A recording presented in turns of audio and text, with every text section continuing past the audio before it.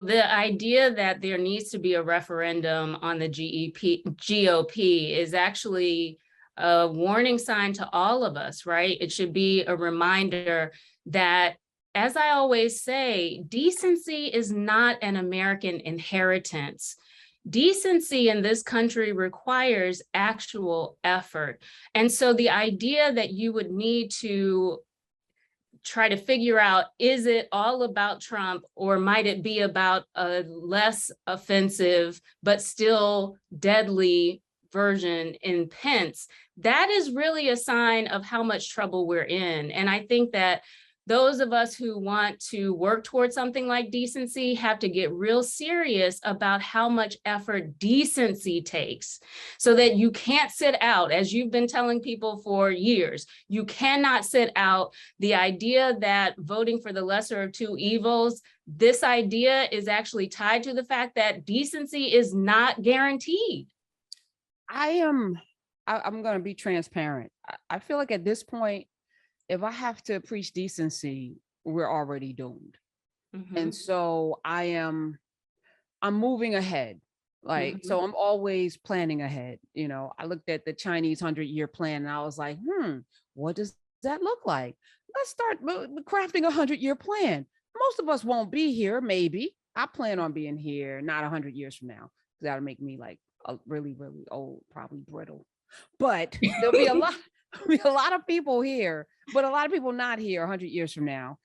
But to plan for a future that you want to see, even if you're not participating in it, is the work of now. And so I feel like this experiment has failed. I feel like this democracy never was, because it was founded with just a very narrow amount of people that they wanted to have rights. Wealthy white male landowners, period. Everybody else was either 3/5 a person or killed in a genocide or indentured, right? So everybody else, including the Italians, the Irish, the Polish, the German, you weren't really included in that. And we're still ruled by the 1%. We're still ruled by a very, very small group of people who now are people. Corporations are people. So I'm saying to myself, how much energy do I put? Yes, we have to vote. That's just like step 8 in a 10-step plan. But where should our energies go? You know, because I'm feeling like we have a finite amount. Dr. Mitchell? I hear you, and I certainly feel you. I guess part of what I'm trying to suggest to us is that there are so many Americans of every background who have not come to the realization that decency must be struggled for. They think that if they're not on the attacking end, then they're okay and they're not contributing to the violence. And when I say decency requires effort, that is part of what I'm trying to get us to understand. That if this country is built on the idea that only cisgender straight white men are actual citizens who should have resources and dictate where resources go. If that is the situation that we're in, which we are, then that should alert you to the fact that any small measure of victory that you get will be countered at every turn.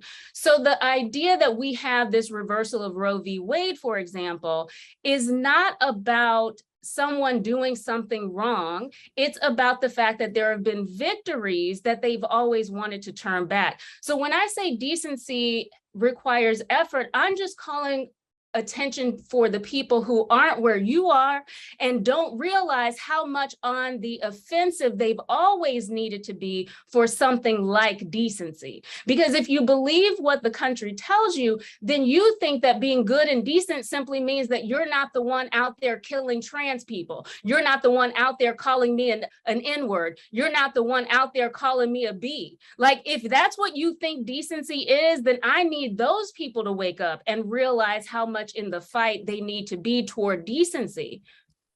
All right. Well, I feel like if you don't know by now, you will never know it.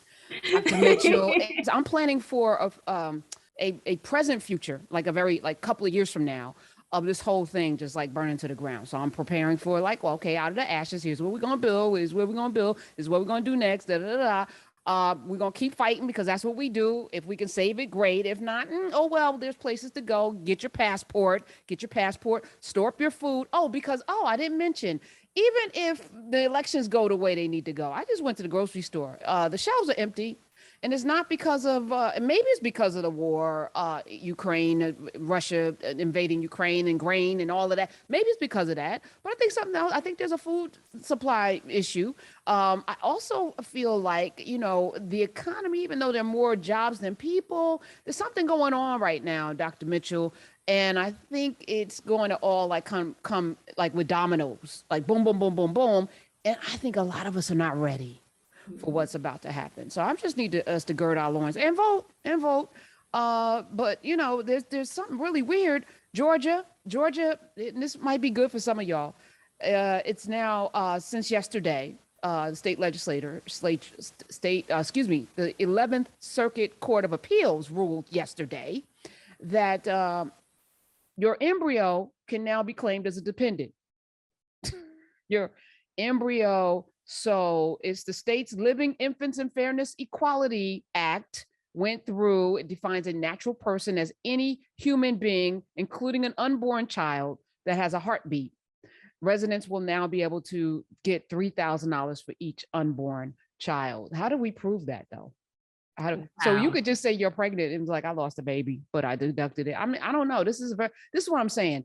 Things have to make sense. Okay, another thing that doesn't make any sense was listening to Joe Madison this morning, and I dug into it more. Shout out to Joe Madison. Awesome show right here on Urban View. Oklahoma State Board of Education today downgraded the Tulsa public schools. Downgraded it after a teacher complained that the school district's training materials, quote, shamed white people. The board voted 4-2 to lower the status of the Tulsa public school. Tulsa, the home of Greenwood, the home of Black Wall Street, the home of Black wealth and thriving, the home of all of those things. And I remember talking with attorney Demario Solomon Simmons, who grew up in Greenwood, Tulsa, Oklahoma, and never learned about the massacre that happened. He grew, as a Black man, never learned about the massacre. Now they want to teach it. And it's a problem because under the Oklahoma State edict, you now have a very narrow space that you can't teach anything that might make somebody feel bad, like history. So they have, it's called the House Bill 1775, which is interesting. And it's a law that restricts discussions of race and sex in public schools.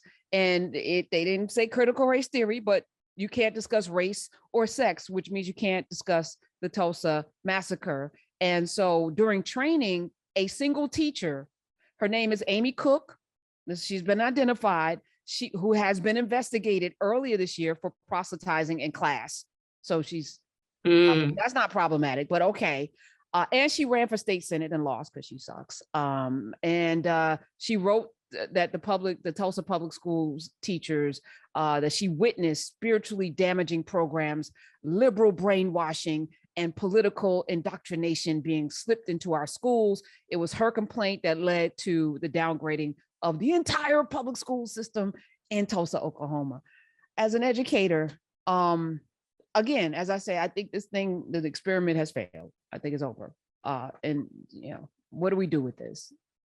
This is such a powerful example of what I mean when I say that victories are countered at every turn, so that what you have here is an example of legislation that is making the acknowledgement of violence against marginalized groups. It's making that acknowledgement into a huge problem that scares educators. And I guess part of what this illustrates for me is what would happen, Karen, if we really understood that it's not about shame and feeling bad, it's about license. If this country from the beginning has taught you that you are right, literally no matter what you do, that you can obliterate a city because they are successful Black people, then part of what we can understand with a backlash like this is that it's not about white people feeling bad, it's about them feeling licensed. Yes, we are going to do all this violence in your face, and then we're going to act as if we didn't do it in your face. And if you call it violence, we're going to deny it in your face. I mean, what more of a perverted flex can you imagine than doing all this violence in your face and then telling you that you're crazy for calling it violence? So the other part of what you described when you described what happened here is that what we witness is that whiteness is able to parade as invisible, as if it's not a racial, as if it doesn't operate in racial ways, so that we can pretend that the only time race is an issue is when we talk about Black and brown people. I want us to see the invisibleness of whiteness as part of the violence and aggression that I'm talking about. So it seems to me that that's part of what we can start grappling with. Is this is just a flex. This whole critical race theory scare is all about making the people who usually conform the most, professionals like teachers, right? They conform a lot. If you can get the people who conform to not stand up, then you are even more able to do violence. That's what this illustrates. This is why I say that we need people to understand that being good and decent actually requires something on the offensive. It just can't be, I'm not attacking queer people, I'm not attacking Black people. It has to be, I actually have a stance that is proactive about decency and truth in our education. I can't just go with the flow, because going with the flow gets you in this situation where you were never marking whiteness and the violence whiteness was doing, and then you're backed into a corner by these kinds of laws. It's gaslighting. We need to be on the offensive. I was going to say it's gaslighting, and the magic. I mean, all right. So if you've been gaslighting since you all came here, let me put out the number, because I know there's someone called yesterday, but we're too cowardly to stay on the line to talk. 866-801-8255, because they were offended by something I said about colonizers. You know, I often say, if I'm in a room, somebody comes in a room and yells out, bitch, I'm not turning my head to look, because I know there's no way you're talking about me. Absolutely not. So if you feel offended, then that means you somehow identify with the oppressor. If you are afraid that your child will learn facts about this country and that will make them feel bad, then you've raised a child to identify with an oppressor. You've raised children to identify with genocidal rapist, so that's your framework. And when we talk about whiteness, when you and I talk about whiteness, it is a political power construct. It's not a human being, because none of y'all who identify as white are actually white. You're not. And that you identify with being white speaks to your co-opting into a system of oppression. And if you are mad about that, that tells us everything we need to know about you. Please stay away from me. 866-801-8255, because you are not equipped to deal with humanity if you identify with oppression and genocide and rape. If that's your tribe, if that's your tribe, if that's who you want to be down with. I was having this conversation about the Confederate flag that is still on like the Mississippi flag and other places, and people want to talk about it being their heritage. So your heritage is wanting to put people, human beings in bondage and do unthinkable things to them and take territory that doesn't belong to you. That's your heritage. And you want to celebrate it every year with men, and you want to have streets named for traitors, people who not only were traitors, but they lost. So they're losers and traitors. And that's your heritage. Okay. And see, Karen, this is what I love about how you flip the script, because the thing that is so clear to me, right? You always talk about bring your brick, right? The brick I bring is that I'm a literature professor. I'm interested in words and deeds and discourses and practices. And what I understand is that it's not just about the words in literature, it's about the most commonly said and done things in any environment. Whatever is most commonly said and done is what is going to shape the culture of that space. Whether we're talking about a national culture, the culture of a state, the culture of a workplace, the culture of a classroom, whatever is most commonly said and done in that space dictates the culture. And so part of what is so powerful about flipping the script is that when people can get away with saying, oh, well, this is just heritage, not hate, that becomes a dominant way of talking and people don't question it. You question it and you flip the script and make it clear that, no, these are traitors and losers. So that, to my mind, is what is so powerful about us understanding how our cultures are made through what is most commonly said and done. And what this country has done very well is to make it so that you're never supposed to call out the way that white supremacy is always reacting to the fabulous fierceness of the people they say are inferior. 866-801-8255. Just a point of clarification. Where I say bring your brick is not here. This is this is the Karen Hunter Show on Sirius XM. This is the gathering. This is the collection of people who will bring their brick over to where we can build. I don't know if we can build in a public social structure format. I don't know if we can build the kinds of structures that we need to sustain us. When I think about building, and this is what kind of motivated me, of course, in class with Carr. But as I think about the broken obelisk, and them starting over with a crack in it, because you need perfection, which is a process to build something that will last 2,000, 3,000 years. But you have to have that foresight to plan and know, okay, if we've gone this far and there's a break here, we're gonna have to start all over again. So let's build with good bricks, meaning your brick has to be whole. Here, I may get a troll. I may get somebody that, listen for the first time. They don't quite understand what's happening, but they have an opinion. They haven't read a single book in maybe 5 years. You may get, and of course there's some dynamic and there's a little bit of everything. You can't build with a little bit of everything. You need to build with craftsmen and women. You need to build with people with vision and foresight and people who are whole and working on their wholeness. Meaning, we know that the disease of anti-Blackness is the manifestation of whiteness, right? So most of us are infected with it. You can't live in the world, not just America, Spain, England, Australia. You can't live anywhere in the world and not have a degree of anti-Blackness that you have to every day work towards.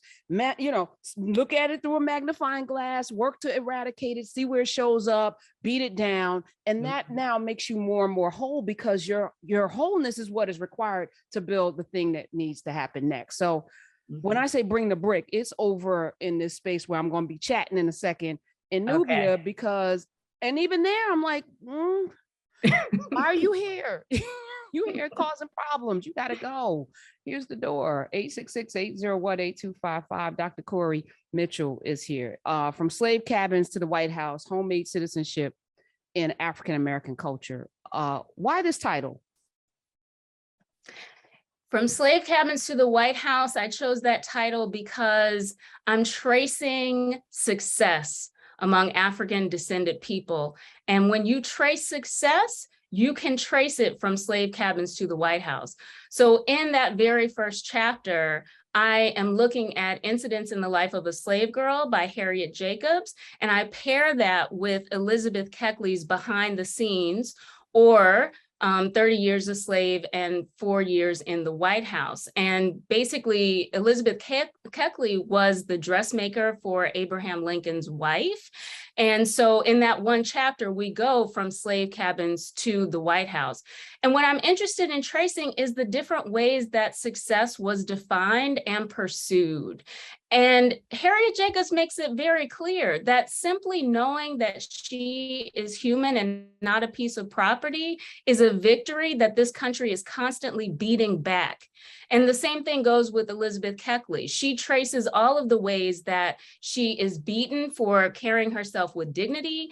And so what we're dealing with is my view of understanding that even when you're dealing with texts from the slavery era, the people who managed to tell their stories from that time period were never simply pleading their humanity and citizenship. They took their humanity and citizenship for granted and pointed out the ways that this country had to work overtime to deny their citizenship, to deny that they belong, to deny that they are citizens of the world, that they are, God created creatures, or, so they understood that it took a lot of effort on the oppressor's part to try to oppress them.